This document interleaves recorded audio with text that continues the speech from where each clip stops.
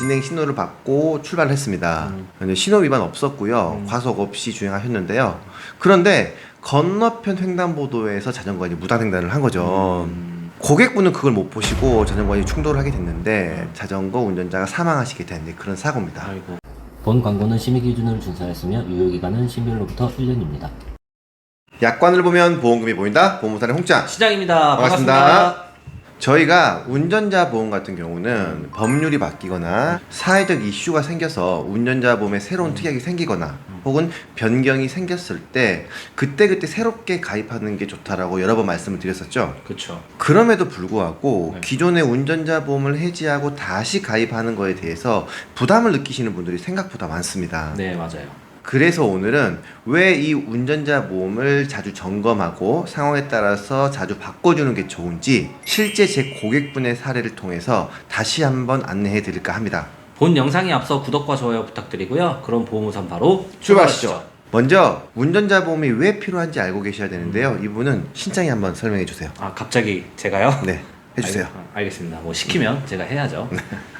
일단 우리나라에는 교통사고 처리 특례법이라는 게 있습니다. 그렇죠. 이 법은 쉽게 설명드리면 교통사고 가해자가 되었을 때 내가 자동차 보험에 종합보험이 가입되어 있다면 이 종합보험으로 피해자에게 민사적인 부분은 다 해결해 줄 수 있기 때문에 그렇죠. 형사처벌 대상이 안 됩니다. 그런데 만약 그 사고가 사망사고나 중상해 사고 혹은 12대 중과실 사고일 경우에는 내가 자동차 보험에 종합보험을 가입했더라도 형사처벌 대상이 될 수 있다는 건데요. 그럴 경우 이 형사처분에 대응하기 위해서 운전자 보험을 가입하는 겁니다. 거의 뭐 교과서처럼 이 말씀을 해주셨어요. 네. 말씀해 주신 것처럼 형사처분에 대응하기 위해 운전자 보험을 가입하는데 형사처분의 수위는 최소 벌금부터 금고형까지 있습니다. 벌금이 나올 경우를 대비해서 벌금 특약을 가입을 하는 거고요. 그렇죠. 이때 3천만 원을 보통 이제 가입을 합니다. 도로교통법상 일반 도로에서 최대 벌금이 2천만 원, 스쿨존 사고는 최대 벌금이 3천만 원이기 때문에 이렇게 3천만 원을 가입하는 거고요. 그런데 만약 처분 수위가 높아져서 벌금이 아니라 집행유예나 혹은 금고형이 나왔다. 이러면 이제 골치가 또 아파집니다. 그렇죠. 많이 골치 아파지죠. 네. 특히 이제 공무원 같은 분들은요, 파면될 수 있고요. 전문직에 종사하시는 분들은 면허가 정지되거나 취소될 수도 있습니다. 그리고 이제 뭐 회사 다니시는 분들도 사측에 따라 뭐 해고가 될 수도 있잖아요. 네, 맞습니다. 그래서 집행유예나 금고형을 벌금으로 낮추기 위해 피해자와 원만하게 형사 합의를 해야 되는데요. 그렇죠. 그때 필요한 특약이 바로 교통사고 처리 지원금 특약이죠. 지금 보통 한 증권에 한 2억에서 2억 5천까지 이게 가입이 됩니다. 그리고 상황에 따라서 변호사를 선임해야 하는 상황이 있을 수도 있거든요. 그렇죠. 뭐 재판을 혼자 할 수는 없는 거니까. 그렇죠. 그럴 때 변호사 선임 비용을 실제 손해만큼 보상해주는 특약이 바로 변호사 선임비 특약이죠. 이 세 가지 특약이 운전자 보험의 필수 특약인데요. 예전에 가입하신 분들은 이 세 가지 특약의 가입 금액이 굉장히 낮습니다. 2020년 4월 이전에 가입하신 분들은 벌금 특약도 2천만 원으로 가입이 되어 있고요. 어떤 분들은 변호사 선임 비용이 500만 원만 가입되어 있는 경우도 있습니다. 그리고 교통사고 처리 지원비, 즉 형사합의금도 3천만 원만 가입되어 있으신 분들이 있으세요. 네, 맞습니다. 제가 오늘 제 고객분 사례 소개해드린다고 했잖아요. 네네. 제 고객분도 딱 그런 분이셨어요. 이게 그분 원래 가입되어 있던 운전자 보험 내용입니다. 사망사고 시 최대 합의금을 3천만 원까지만 지원받을 수 있고요. 대인 벌금 또한 2천만 원으로 현재 도로교통법과는 맞지 않죠. 그렇죠. 그리고 변호사 선임 비용도 500만 원 가입되어 있으십니다. 그런데 이분이 저 만나시고 이제 운전자 보험을 바꾸셨는데요. 그리고 나서 1년도 안 돼서 큰 사고가 나셨습니다. 아이고. 상황을 한번 볼게요. 2022년도 5월 달에 발생한 사고고요. 차대 자전거 사고입니다. 아, 차대차 사고가 아니시네요. 네네. 제 고객분이 차량 운전자였고요. 네. 그런데 안타깝게도 자전거에 탑승하신 분이 사망하신 그런 사고입니다. 아이고. 사고 상황을 보면 사망하신 분께는 좀 죄송하긴 하지만 제 고객분이 조금은 억울하실 수 있는 상황입니다. 영상으로 사고를 좀 보여드리긴 좀 그래서 사고 현장 약도를 좀 가져왔거든요. 이 차량이 고객님 차량인데 신호 대기 이후에 진행 신호를 받고 출발을 했습니다. 근데 신호 위반 없었고요. 과속 없이 주행하셨는데요. 그런데 건너편 횡단보도에서 자전거가 이제 무단횡단을 한 거죠. 고객분은 그걸 못 보시고 자전거와 충돌을 하게 됐는데 자전거 운전자가 사망하시게 된 그런 사고입니다. 아이고. 진짜 네. 이 사고 좀 어떻게 생각하세요? 일단 사망 사고이긴 하지만 운전자는 일단 뭐 정신호에 갔고 속도도 준수하셨는데 무단횡단한 자전거를 순간 그냥 보지 못하고 발생한 사고잖아요. 그렇죠. 근데 홍장 고객분이 이 사고에 가해자가 만약에 되었다고 하면 정말 좀 억울할 것 같아요. 네. 공소장을 좀 보시면 전방 및 좌우를 잘 살피고 자동차의 조향 및 제동 장치를 정확하게 조작하여 사고를 미리 방지해야 할 업무상 주의 의무가 있다. 그럼에도 불구하고 피고인은 이를 게을리한 채 그대로 진행한 과실로 피고인 진행 방향 좌측에서 우측으로 도로를 무단횡단하던 피해자 운전의 자전거를 들이받았다고 하고 있습니다. 업무상 주의 의무를 게을리한 과실이 있다고 판단한 거죠.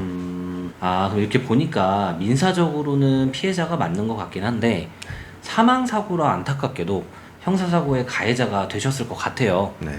정말 안타깝네요. 그런데 피할 수 없는 이게 상황이라는 게 입증이 되면 무죄까지 좀 주장해 볼 수 있을 것 같긴 한데 네, 아마 그래서 1심 때 변호사가 무죄를 주장했던 것 같아요. 1심에서 약 400만 원 정도의 선임 비용으로 변호사를 선임을 했고요. 피해자와 이제 합의 없이 무죄를 주장을 했습니다. 그런데 결국 1심 판결은 집행유예가 나왔습니다. 그래도 집행유예면 그나마 뭐 다행인 것 같기는 한데 혹시 이분 직업이 어떻게 되세요? 공인중개사십니다. 아이고야, 공인중개사셨구나.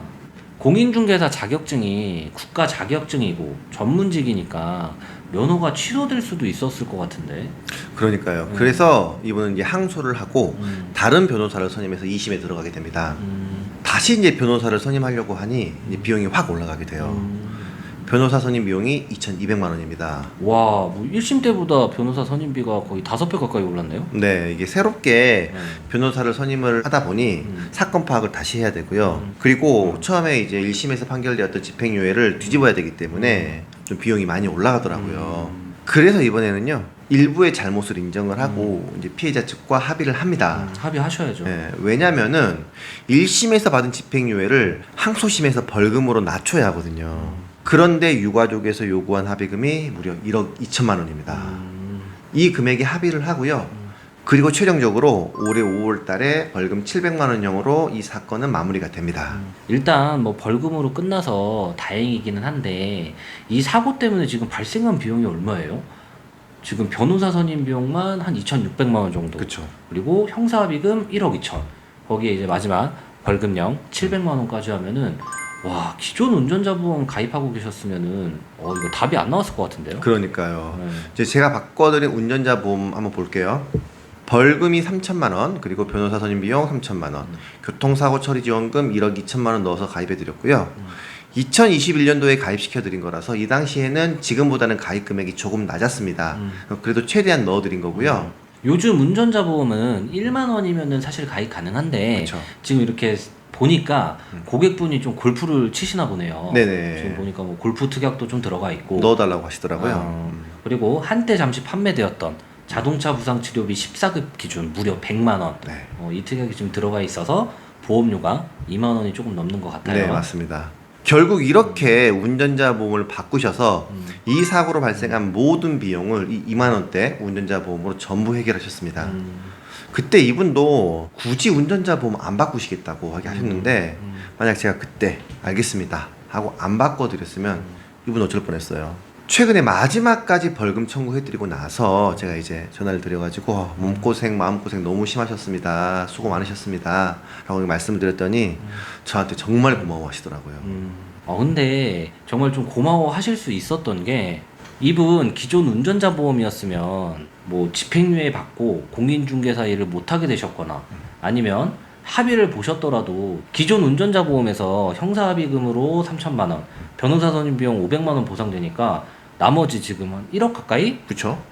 이 금액은 본인이 직접 부담해야 하는 상황이 발생했을 텐데 와, 정말 제가 생각했을 때는 홍장이 사람 한 명 구한 거예요. 그래서 요즘은 예전 운전자 보험, 오래된 운전자 보험 가지고 계신 분들 만나면 사고는 언제 어디서 어떻게 일어날지 모르기 때문에 이 사례에게 말씀드리면서 꼭 바꾸시라고 말씀을 드리고 있습니다.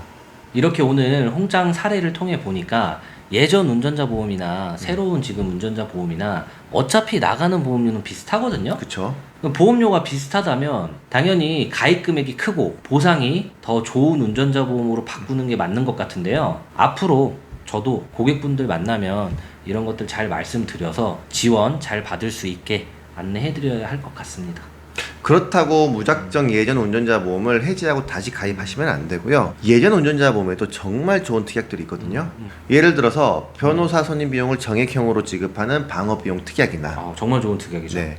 그리고 자동차 보험료 할증 지원금 특약. 아, 이 특약도 좋습니다. 이런 것들은 지금 현재 가입하고 싶어도 가입할 수 없는 꿀 특약들이기 때문에 이런 것들은 남겨두고 나머지 특약들을 업그레이드 하시거나 혹은 최소한의 보험료로 추가 가입하시는 걸 추천드립니다. 오늘은 저희가 제 실제 고객님 사례를 통해서 운전자 보험의 중요성과 왜 예전 운전자 보험을 바꿔주는 게 좋은지 안내를 해드렸는데요. 운전자 보험 분석과 업셀링이 필요하신 분들은 저희 카카오 채널이나 연락처로 문의 주시면 자세히 안내 드릴 수 있도록 하겠습니다. 사고는 내가 좀 더 양보한다면 피하거나 줄일 수 있습니다. 항상 안전운전 하시길 바랍니다. 보험은 보험회사에게 안녕. 본 광고는 심의 기준을 준수하였으며 유효기간은 신별로부터 1년입니다.